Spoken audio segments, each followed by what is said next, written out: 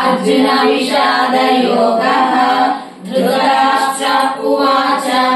धर्मक्षेत्रे कुरुक्षेत्रे समवेतायुत्सवः मामकाः पाण्डवाश्चैव किमकुर्वत सञ्जय। सञ्जय उवाच दृष्ट्वा तु पाण्डवानीकम् व्यूढम् दुर्योधनस्तदा आचार्य उपसङ्गम्य राजा वचनमब्रवीत् पश्यैताम् पाण्डुपुत्राणाम् आचार्य महतीम् चमूम् व्यूढाम् द्रुपदपुत्रेण तव शिष्येण धीमता अत्र शूरा महेश्वासाः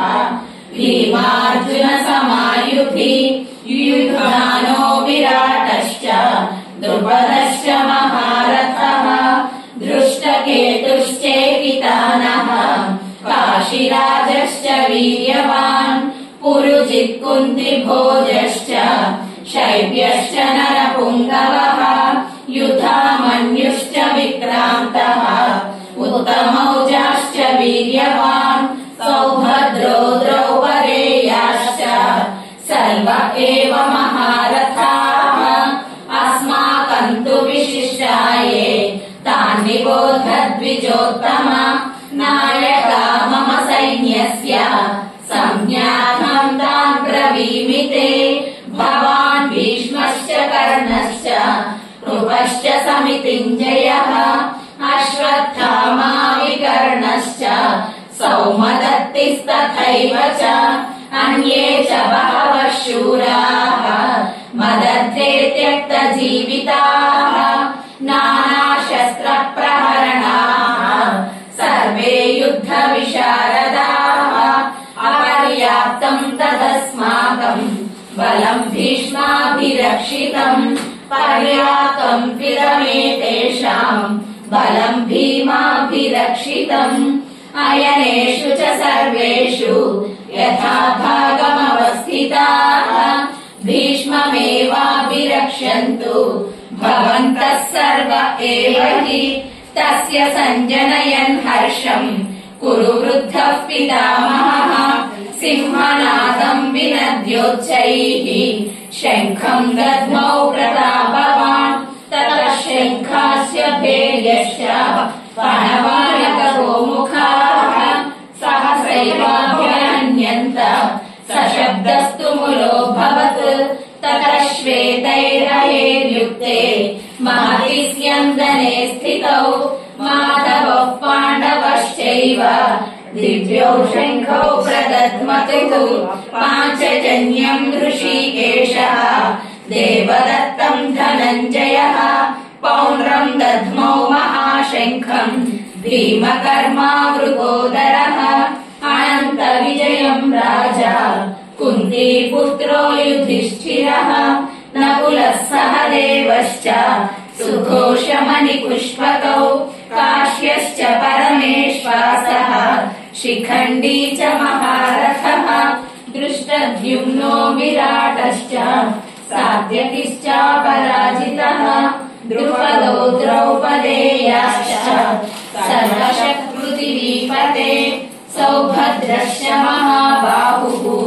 शङ्खान् दध्मौ पृथक् पृथक्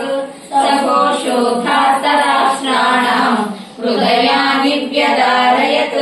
नभश्च पृथिवीम् चैव तुमुलोऽव्यनुनादयन् अथ व्यवस्थितान् दृष्ट्वा धातराष्ट्रान् कपिध्वजः प्रवृत्ते शस्त्रसम्पाते धनुरुद्यम्य पाण्डवः ऋषिकेशम् तदा वाक्यम् इदमाह महीपते अर्जुन उवाच सेनयोरुभयोर्मध्ये रथम् स्थापयमेच्युत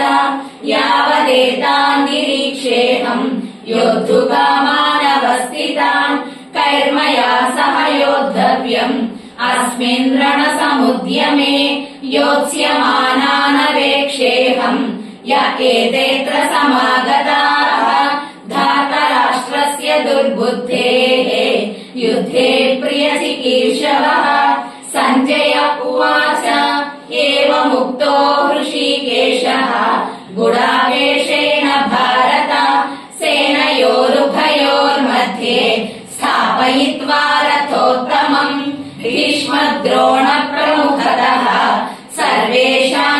परीक्षिताम् उवाच पार्थ पश्यैताम् समवेतान् कुरूनिति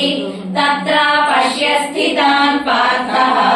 पितॄनथ पितामहान् आचार्यान् मातुलान् भ्रातॄन् पुत्रान् पौत्रान् सखींस्तथा श्वशुरान् सुहृदश्चैव सेनयोरुभयोरपि तान् समीक्ष्य स कौन्तेयः सर्वान् बन्धूनवस्थितान् कृपया परयाविष्टः विषीदन्निदमब्रवीत् अर्जुन उवाच दृष्ट्वेमं स्वजनं कृष्ण युयुत्सुं समुपस्थितम् सीदन्ति मम गात्राणि मुखं च परिशुष्यति वेबधुष्य शरीरे मे रोमहर्षश्च जायते गाण्डीवं स्रंसते हस्तात् त्वच्चैव